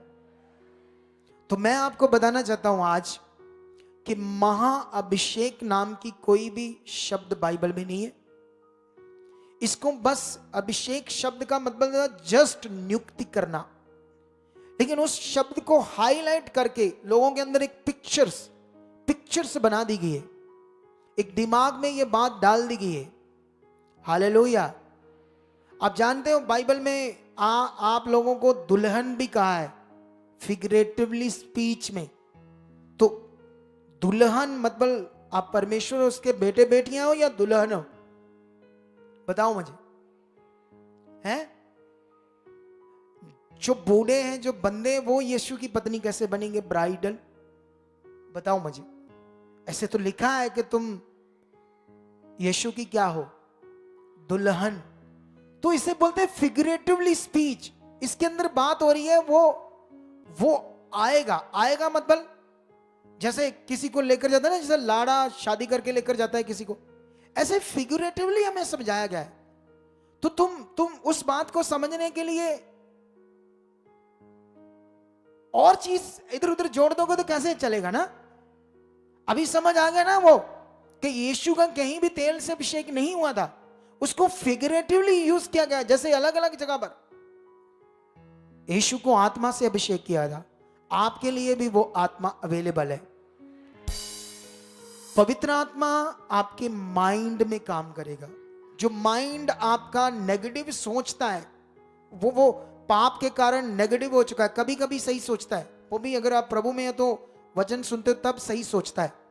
लेकिन पवित्र आत्मा क्या करेगा, उस माइंड के अंदर, मन के अंदर काम करेगा, तब आप पवित्र जीवन जी पाओगे। हालेलुया। समझ आया या नहीं आया? तो महाअभिषेक शब्द ऐसे किसी सामर्थ को नहीं कहते, नियुक्तिकरण को कहते हैं। लेकिन लोगों को दिमाग में यह डाला जा रहा है कि ये महाअभिषेक जो शब्द है, ये जिस मिनिस्ट्री ने, चर्च ने शुरू किया है, उसका जो सेवक है, जानते उसने क्या किया? अभी मैं एक सीन देख रहा था, वहां उनकी एक वीडियो पर ऐसे लिखा गया कि वो संत जी इज़राइल से महासामर्थ लेकर आए हैं आपके लिए, इज़राइल से। और वहां पर यीशु मसीह ने शायद पता नहीं कि दीवार पर हाथ रखा था, कहा ऐसे वहां है कहीं, उसने क्या किया, वहां ऐसे हाथ रखकर ना जाकर, तो उसमें एक वीडियो बनाई, ऐसे कर रहा है, वहां हाथ रख रहा है, लोगों की तरफ ऐसे हाथ कर रहा है, लोगों को अट्रैक्ट कर रहा है, ये महासामर्थ लेकर आ रहा हूं आपके लिए। और वचन को काट दिया। पहले यीशु मसीह ने कहा था जाओ, चेलों को कहा था पृथ्वी की शोर तक सुसमाचार देना, पृथ्वी की शोर तक, जहां इज़राइल से लाखों नहीं हजारों किलोमीटर दूर पृथ्वी, वहां तक ये सुसमाचार देना। और सुसमाचार क्या दे देगा? जिंदगी, छुटकारा। और यीशु मसीह ने कहा था या 2 या 3 मेरे नाम से इकट्ठे होंगे, वहां मैं क्या होऊंगा? जिंदा मौजूद होऊंगा, दीवार पे ऊपर नहीं। ऐसे कोई बिब्लिकल वचन नहीं। यही चीजें एंड के दिनों में लोगों को अट्रैक्ट करके उनका दिमाग परमेश्वर से, वर्ड से हटाकर मटीरियल ऐसी बातों पर लगाएगा दुष्ट, जिससे भला होना ही नहीं है किसी का। कुछ काम रोला पाकर हो जाने, वो ऐसा हो गया, ऐसा हो गया। हो क्या रहा है? पता क्या हो रहा है? वहां नए लोग थोड़ी बचाए जा रहे हैं, दूसरे सेवकों के लोग निकल के, पास्टरों के लोग निकल कर वहां इकट्ठे हो रहे, जैसे पहला हुआ था। पहले कुछ मिनिस्ट्रियों के यहां वो लोग जाकर बाद में हुआ कुछ नहीं, क्योंकि होना तो नियम से, जो खुदा बात करना उससे होना है। तुम्हें जीवन चाहिए तो तुम्हें जो परमेश्वर की बात है, जैसे उसने कहा है, माइंड से, मन से चलना पड़ेगा। सारे सेवक उसके। लेकिन जब वो लोग लोगों को रीति रिवाज की शिक्षा देकर अट्रैक्ट करते हैं, देखो चलो बताओ मुझे, यीशु ने कभी कहा था कि इज़राइल में या मैं हाथ रखूंगा पत्थर के ऊपर, तुम बाद में आना और इस पर हाथ लगाना, मैं तुम्हें महासामर्थ दूंगा? ऐसे कहा था प्रभु यीशु ने? तो ये क्या है? ये लोगों का दिमाग डाइवर्ट किया जा रहा है। तुम्हें करना क्या है? तुम्हें, उसने कहा था जब तुम पवित्र आत्मा पाओगे तो क्या पाओगे? सामर्थ पाओगे। ये सही वचन बोलो। जब तुम पवित्र आत्मा पाओगे तो क्या पाओगे? सामर्थ पाओगे। तो सामर्थ कैसे पानी? पवित्र आत्मा पाओगे तो सामर्थ आएगी, या पत्थर पर? ये तो संसारिक तरीका हो गया ना। कौन सा? दुनिया भी बोलती है, दुनिया संसार भी ऐसा बोलते हैं, ये हाथ रखो, वो रखो, वो चीज बड़ी पवित्र है, वहां कोई चीज ऐसे घटना है, कोई ना कोई किसी भी इंसान की, जिसको धार्मिक इंसान बोलते है ना, चीजों के साथ घटना, तो उनको वो जोड़ते हैं शक्ति के साथ। तो ये तो वैसे हो गया सेम। तो क्या भला होगा? अरे जब मैं ये बातें सुनता हूं, मेरे दिल को ना थोड़ा सा ऐसे होता है, इसलिए मैं खुल्लम खुल्ला ये बात कर रहा हूं। मुझे खुल्लम खुल्ला बातें करने में भी कोई शर्म नहीं। लोगों का भला होना चाहिए। ये सारी बातें वो मानेंगे जो यीशु को और उसके वचन को प्यार करते हैं, जो सच्चे दिल से उसके साथ चलना चाहते हैं। अरे मैं 20 साल से प्रभु में हूं, ये 5 साल छोड़ दो। कितने? कौन से? मैंने इसको ये खड़ा किया है इसलिए है? नहीं नहीं, इसको बैठा दो, अब इससे बात कर होगी जो होनी थी। सुनो तो देखो, मान लो मैं 20 साल से प्रभु में, मुझे पता है जब मैं प्रभु में चला तो उस समय पास्टरों को अभिषेक किया जाता था तेल से, लेकिन एक ही बार, और वो कभी नहीं कहते थे तुम्हारे ऊपर अभिषेक आएगा, ऐसी शिक्षा नहीं थी पहले। परमेश्वर की पावर की बात है, उसकी सामर्थ, सामर्थ को अभिषेक नहीं कहते। सामर्थ पावर शब्द अलग है और अभिषेक शब्द, माशिक शब्द या ओनाइंट शब्द अलग है। ओनाइंट शब्द का अर्थ है नियुक्त होना, ठहराए जाना किसी काम के लिए। तुम नए नियम में आत्मा से क्या ठहरते हो? परमेश्वर के संतान, ये है नया नियम। तुम उसकी संतान बनते हो, तुम्हारे अंदर आत्मा आ गया तो उसकी पावर आ गई। अब तुम्हें उस पावर को यूज करना है। अगर नहीं किया, उसमें नहीं बढ़े, उस पावर में उन्नति नहीं की, आत्मिक उन्नति, तो तुम्हारा बड़ा नहीं होगा। हालेलुया! समझ आया ये नहीं आया? देखो, यरूशलेम हमारे विश्वास का एक बड़ा केंद्र है। यरूशलेम में क्या क्या हुआ हम पढ़कर वहां का सारा कुछ विजुलाइज करते हैं अपने माइंड में कि वहां क्या क्या हुआ था। लेकिन वहां जो कुछ हुआ, यीशु की कब्र बनी या कोई भी यीशु मसीह ने किसी चीज को छुआ, उनसे कोई लेना देना नहीं हमारा। आप वहां जा सकते हो, जो कुछ आपने यहां पढ़ा, जब आप जाओगे तो आपको वहां की सारी चीजें आपके माइंड को फ्रेश करेगी, अच्छा करेगी, आपका दिल अच्छा होगा। ये तो करो, आप जाओ, कभी भी मौका मिले तो जाओ। लेकिन इसका मतलब जो गरीब बंदा कभी जा ही ना पाए वहां, तो उसको जीवन नहीं मिलेगा, उसको छुटकारा नहीं मिलेगा, उसको डिलीवरेंस नहीं मिलेगी, आसानी से मिलेगी। हालेलुया! कितने लोग इस सही शिक्षा को फैलाने के लिए खुदा के लिए तैयार हैं? किसी से मत डरो। यीशु मसीह ने कहा था किसी से मत डरो, ना किसी चीज से, ना हथियार से, किसी भी चीज, ना मनुष्य से, ना शैतान से। अगर हमने डरना तो किससे डरना है? अरे अंत के दिनों में ऐसी चीजें होनी है, लोगों ने भटकना है, अपना विश्वास तोड़ बैठना है। ऐसी सोच में ऐसे कोई काम नहीं करता परमेश्वर, मैं लिख कर दे सकता हूं, ऐसे कोई काम नहीं करता। तुमने अपने काम लिए हैं, तुमने इतनी बरकत पाई है।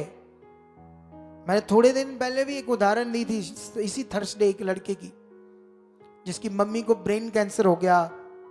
शैतान ने, उसने इंजेक्शन तो सही लगाया, लेकिन शैतान ने उस इंजेक्शन लगाने के बाद पता नहीं क्या कर दिया, वो लड़का मर गया। और कितना बुरी तरह वो फंस गए, कितने हालात, कितना बुरा हाल। हालेलुया! किसी भी मिनिस्ट्री में चल जाओ, सारे लोग अच्छे नहीं होते, सबकी चिंगाई एकदम से नहीं होती। अगर वो बना रहा सही नियम में तो हो जाएगी। बड़ी से बड़ी मिनिस्ट्री, किसी भी मिनिस्ट्री को ले लो, हमारी ले लो, कोई भी ले लो, जो सेवक अच्छे से लोगों को सिखा रहे, समझा रहे, प्रैक्टिकल करवा रहे, वहां तो लोगों का भला होगा। लेकिन जो लोग मटेरियल इस चीजों से जोड़कर हीलिंग कराएंगे, हो जाएंगे, एकदम से भी हो सकती है वहां, लेकिन अगले समय में गड़बड़ भी होगी। लेकिन हर मिनिस्ट्री को एक ही काम करना है जो आज तुम लोगों ने सीखा है। तुम्हें अपने विश्वास में बढ़ना है, अपने माइंड को, क्योंकि ये जो माइंड है इसके द्वारा जीवन है। इस मन की बात हो रही है, न्याय भी इसी मन का होगा। हमारा जो मन है, इसी में हमारा प्राण है, सोल, इसी में आपका न्याय भी परमेश्वर ने करना है। यहीं से तुम सोचते हो, यहीं से तुम पाप करते हो, यहीं से तुम ब्लेस्ड जीवन जीते हो। इसी को वर्ड सारा जब आपके दिमाग में चलेगा क्या क्या वचन है, तो तुम ब्लेस्ड जिंदगी जियोगे। इस वचन को कितनी बार सुनना है आज? बोलो, कितनी बार सुनना है? देखो, इसको बेचारी को चिंगाई नहीं मिली, ऐसे हजारों को भी नहीं मिलेगी, लाखों को भी नहीं मिलेगी। लेकिन मैं बस ये कहना चाहता हूं, यहां अगर भी हो सकता है किसी को चिंगाई ना मिले। किसको? जो बात नहीं समझ रहा परमेश्वर की, जिसे परमेश्वर के साथ चलना नहीं आ रहा। लेकिन जिसको चलना आ गया, बोलो क्या आ गया? जिसको चलना आया उसको बेस्ट जिंदगी मिलेगी। हालेलुया। पॉजिटिव सही परमेश्वर के साथ संबंध, ये होगी आपकी बेस्ट जिंदगी। हालेलुया। मेरा विश्वास है कि अभी तुम लोगों ने जो सीख लिया इसे पकड़ चुके हो। कितने लोगों के जो इधर उधर मन भटक रहे थे, आज आपने परमेश्वर की ओर कर लिए? कितने लोगों ने, जिनके मन इधर उधर की बातों से, कोई कुछ कह रहा है, कोई कुछ कह रहा है, उधर है, इधर है, वो है, ये है। यीशु मसीह ने कहा था अंत के दिनों में ऐसे ही आएंगे और तुम्हें कहेंगे इधर है वो, उधर है वो, यीशु इधर है, मतलब इधर ज्यादा है। अंत के दिनों में ऐसे ही होगा। तुम किसी पर विश्वास ना करना, तुम मेरे पर विश्वास करना, किसी भी बात पर ऐसे विश्वास ना करना। अच्छा मुझे ये बताओ, ये वचन क्यों दिया गया, ये वर्ड क्यों दिया गया, ये बाइबल क्यों दिया गया? इसीलिए ताकि तुम्हें कोई गुमराह ना कर पाए। इसकी बातें तोड़ मरोड़ कर अगर किसी ने बता दी तो तुमने जल्दी मान ली तो तुम्हारा नुकसान है। तुम्हें किसी की तोड़ मरोड़ की बातों पर विश्वास नहीं करना चाहिए। समझ आई ये? अरे अभिषेक शब्द का अर्थ है नियुक्तिकरण, ठहराए जाना। जब तुम ठहर चुके हो, अब तुम परमेश्वर के बन चुके, अब तुम्हें अगला विषय पूरा करना है जिससे बेस्ट होना है। तुमने वो किया ही नहीं मन से, तो कैसे बेस्ट हो जाएगा? बात तो ये है ना। तो फिर वो चीज मांगने की जरूरत नहीं है ना अभिषेक, वो तो हो गया। जब तुमने यीशु को ग्रहण कर लिया, विश्वास कर लिया, तो तुम्हारा अभिषेक हो गया है। देखो अगर कोई पास्टर किसी को मतलब ऐसे जिसको बोल दे, किसी दूसरे को पास्टर बनाते, जब उसका अभिषेक करते हैं, एक्चुअली वो तेल लगाकर करते हैं, जबकि जरूरत नहीं है। लेकिन हाथ रखकर एक जो परमेश्वर का अभिषिक्त दास है, जो उसकी ओर से नियुक्त है, जो आत्मा से भरा है, जब वो हाथ रखकर प्रे करता है ना उसकी सेवकाई के लिए, ये आगे बढ़े, तो परमेश्वर उस प्रार्थना से उसको बदल देता है, उसको ब्लेस कर देता है। क्या कर देता है? और वो सेवा कर सकता है। हाथ रखकर प्रार्थना का मतलब ये है कि अब परमेश्वर के सामने ये हमने किया है, नियुक्तिकरण पास्टर के लिए। पहले बलीवर था, अब क्या बन गया वो? पास्टर। तो ये होता है प्रार्थना। जब आप बाइबल में पढ़ोगे तो यहां पर भी हाथ रखकर ऐसे प्रार्थनाएं हुई, उन्हें सेवा के लिए सौंपा गया। लेकिन ऐसे मटीरियलिस्ट चीजों से नहीं, ये ज्यादा रीति बन रही है। लेकिन परमेश्वर ने आपको जो सिखाया ये बिल्कुल बिब्लिकल है, इसको कोई चैलेंज नहीं कर सकता। कर सकता है इसको कोई चैलेंज? नहीं कर सकता इसको कोई, क्योंकि ये वर्ड है परमेश्वर। हालेलुया। और मेरा विश्वास है इन बातों से तुम बिल्कुल, आज वो लोग जिनके मन भटक रहे थे वो सीखे। आपके लिए बेस्ट लाइफ, अच्छी लाइफ खुदावंद ने रखी है। तुम बड़ी गवाहियों से आओगे, बड़ी गवाहियों से बड़े काम, बड़े काम, बड़े काम, बड़े काम देखोगे। जितने आज अपना मन किस पर पूरा लेकर आएंगे, खुदा पर, उसकी सामर्थ पर, उसको चाहे उसको सामर्थ कहो या महासामर्थ कहो, क्योंकि ऑलरेडी वो सामर्थी है। लेकिन ये जो सामर्थी परमेश्वर है, इसकी सामर्थ पर विश्वास करना। क्या है उसकी सामर्थ? बाइबल के अंदर मुर्दों को जिंदा किया, लंगड़ों को चलाया, ये उसकी सामर्थ है। ये आपको पता ना चाहिए वो ऐसा सामर्थी है। आसमान, ये चीजें जो बना, सूरज किसी चीज से सटा नहीं हुआ, बांधा नहीं हुआ, हवा में ऐसे ही है ये चीजें। ये किसकी सामर्थ? किसकी सामर्थ से खड़े हैं? उस पर विल बिलीव करो, पढ़ो, उसे जानो वो कौन है। फिर देखो काम होते कि नहीं होते, फिर देखो लंगड़े खड़े होते या नहीं होते, फिर देखो अंधे देखते हैं या नहीं देखते, क्या है शैतान? क्या चीज है शैतान परमेश्वर के लोगों के सामने? कुछ भी नहीं है वो। हालात भी क्या है जब परमेश्वर पर भरोसा है तो सोचो आप, अरे जो परमेश्वर पर भरोसा करते थे, शद्रक मेशक जैसे जैसे लोग, उनके बारे में देखो। अरे जब उन्हें उठाकर, जब राजा कहता है इस मूर्ति के आगे माथा टेको, दंडवत करो, तो जब वो लोग जानते थे कि सजा आग के भट्ठे में गिरा देगा, राजा मरना पड़ेगा, लेकिन वो जानते थे परमेश्वर कितना सामर्थ्य है, इसलिए उन्होंने पाप नहीं किया। अरे मटीरियलिस्ट चीज, पत्थर की चीज के आगे नहीं झुके, उनका भरोसा जिंदा खुदा पर था। जब उन्हें उठाकर आग की ओर लेकर जा रहे थे, तुम तो छोटे छोटे हालातों से डर रहे, वो आग में फेंक रहे थे। हमें 2 चपेड़े मारे कोई तो कहे तुम यीशु का नाम लोगे? अगर रात बराते अकेले तुम्हें पकड़ लिया, तुम अकेले आ रहे हो, उनके हाथ में रिवॉल्वर है या कोई हथियार है, तुम यीशु में जाते हो? यीशु पर विश्वास करते हो? थोड़ा थोड़ा, हाँ जी कोई गल है जी, हाँ जी कोई गल है जी, तुम्हें मार देंगे। आज के बाद यीशु का नाम लिया, नहीं नहीं लेंगे जी, नहीं लेंगे जी, माफ कर दो। सोचो ऐसे ही करोगे तुम लोग, डर कर मुकर जाओगे। उसको बोलो मार, उसकी ऐसी की तैसी जो तुम्हें मार दे। अरे तुम परमेश्वर के हो।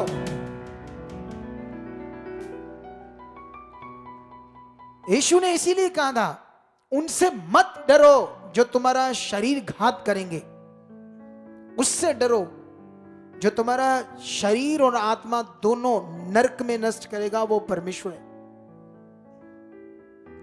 वो इतना पावरफुल है परमेश्वर। उसको जिस दिन क्रोध आएगा ना, अभी वो न्याय के लिए बैठा है शांत, वो अनुग्रहकारी, अनुग्रह करके अपने अनुग्रह में शांत है कि मन फिराओ, मेरी ओर आ जाओ। बाइबल में लगा जिस दिन न्याय के दिन उसका क्रोध किसी को नहीं बख्शेगा। जो लोग बात नहीं मानते परमेश्वर, जो उसको ठट्ठों में उड़ा रहे हैं, जो यीशु में चलकर भी धार्मिक जीवन का बस पहरावा ही है, दिखावे का, अंदर से धार्मिक नहीं, अपने काम के लिए, चिंगाई के लिए एक मिनट में मनुष्यों पर विश्वास कर रहे हो। किस पर तुम्हें करना है? परमेश्वर पर करना है, उसकी ताकत पर करना है। फिर देखो काम होते ही या नहीं होते। क्या चाहिए तुम्हें? बोलो क्या चाहिए? तुम्हारा चूल्हा टूटा नया करवाना है? परमेश्वर से बोलो। तुमने आंखों अंधी है, ठीक करवानी है उससे? क्यों नहीं करेगा वो? उसका वचन कहता है वो करेगा। क्या तुम्हारे माइंड इस बात में रेडी है? तुम्हारा भरोसा, तुम्हारा दिल परमेश्वर की बात की ओर है या मनुष्यों की बातों में? तुम रेडी हो इसको फैलाने के लिए शिक्षा को? मैंने तुम्हें कहा था यूट्यूब चैनल बनाओ, फेसबुक पेज बनाओ, यहां की छोटी छोटी शिक्षाएं काटकर डालो। अगर तुम 4000 लोग भी, लगभग 10-10 बंदों को भी मीटिंग शेयर करो, फिर भी कहां चला जाएगा? तुम जाते हो, पता नहीं खाते हो, सो जाते हो। अरे आगे आओ परमेश्वर के लिए। तुम्हें उसके राज्य के लिए तो कुछ करो। मैं प्रभु में जाता था, मैं एक सेवक थोड़ी था जब मैं विश्वासी था। मैं अपने काम काज के अलावा सेवक की, पास्टर की इतनी हेल्प करता था, इतनी हेल्प करता था कि अपनी कार पर उसे, अगर उसने मुझे 12 बजे फोन कर दिया, अभी मेरी मीटिंग है इंजीनियर से, काम पर इतने बड़े बड़े काम चलते थे, मुझे 12 बजे कॉल कर दिया, मैं सारा कुछ छोड़कर उसको अपनी गाड़ी में बैठाकर लेकर पता नहीं 70 किलोमीटर गांव में लेकर जाता था। चलो पास्टर जी, मुझे इतना दिल था कि ये सेवक है, मुझे आदर था। आज यहां से कॉल जाए, लो जी साढ़े को टाइम नहीं गो, लो जी सानू इंज, लो जी सानू इंज। कहां है धार्मिक जीवन? कहां तुम्हारे अंदर पहला दर्जा परमेश्वर का? तो इसीलिए तुम कहीं ना कहीं चीजों में फंसे हो। यहां कितना काम है खुदाबंद का, तुम जल्दी आओ। अरे आओ तो सही परमेश्वर के लिए। कितना काम लेना, कितनी बरकत चाहिए, कितनी ब्लेस जिंदगी जीना चाहते, बोलो कितनी बरकत चाहिए, उतनी ले लो। उसके लिए कुछ भी नहीं करना। अरे तुम 12-1 बजे कुछ लोग आ रहे हो, बैठ रहे हो, क्या क्या है ये? क्या है तुम्हारे अंदर परमेश्वर के लिए? क्रेडिट, दिल, मन, ध्यान, आज ये जरूरत है। और जब तक तुम ये ज्ञान नहीं पकड़ोगे, जब तक तुम आत्मा के द्वारा नहीं चलोगे, तब तक ये हो नहीं सकता। आज से प्रैक्टिकल करो, मुझ में आत्मा है, मुझ में आत्मा है, धन्यवाद परमेश्वर मुझ में आत्मा है, धन्यवाद परमेश्वर मुझ में आत्मा है। कोई अगुआ किसी को जीवन नहीं दे सकता, याद रखो। वो अगर उस अगुए पर बड़ा विश्वास करके कोई गया है तो वो उसके विश्वास के कारण चंगाई तो हो जाएगी, लेकिन अगले समय में उसे चलना पड़ेगा अच्छे से परमेश्वर के साथ, नहीं तो फिर वो हालातों में जाएगा। मेन है ये, मेन है ये चलना। अब कोई बड़ा अगुआ, बड़ा नाम है, लोग जाएंगे दौड़कर, हीलिंग भी हो जाएगी, लेकिन याद रखना अगर वो चले नहीं, चलना मैंने सिखा दिया सही वचन, ये सही वर्ड जो तुम यहां पकड़ रहे हो, ये तुम्हारी जिंदगी को रोशन कर देगा, रोशन। जितनी क्या कौन सी गवाहियों की कमी है यहां? बताओ मुझे, बताओ यहां किस चीज की कमी है? टेस्टिमनी नहीं बनती, बच्चे नहीं होते 18-18 साल बाद, कैंसर नहीं जाती लोगों की, रिसौलियां नहीं बाहर आती, पथरियां नहीं गैब होती, वीजे नहीं लगते, जॉब नहीं मिलती, रोग नहीं ठीक होते, दुष्ट आत्मा से क्या नहीं होता यहां? बताओ मुझे, बताओ क्या नहीं होता यहां? सब कुछ तो होता है। तो जब सब कुछ हो रहा है, परमेश्वर एक है, तो फिर पूरे उसके बनो, इधर उधर क्यों मन करते हो? फिर मैं विश्वास करता हूं आज से तुम पकड़ चुके हो इस वचन को।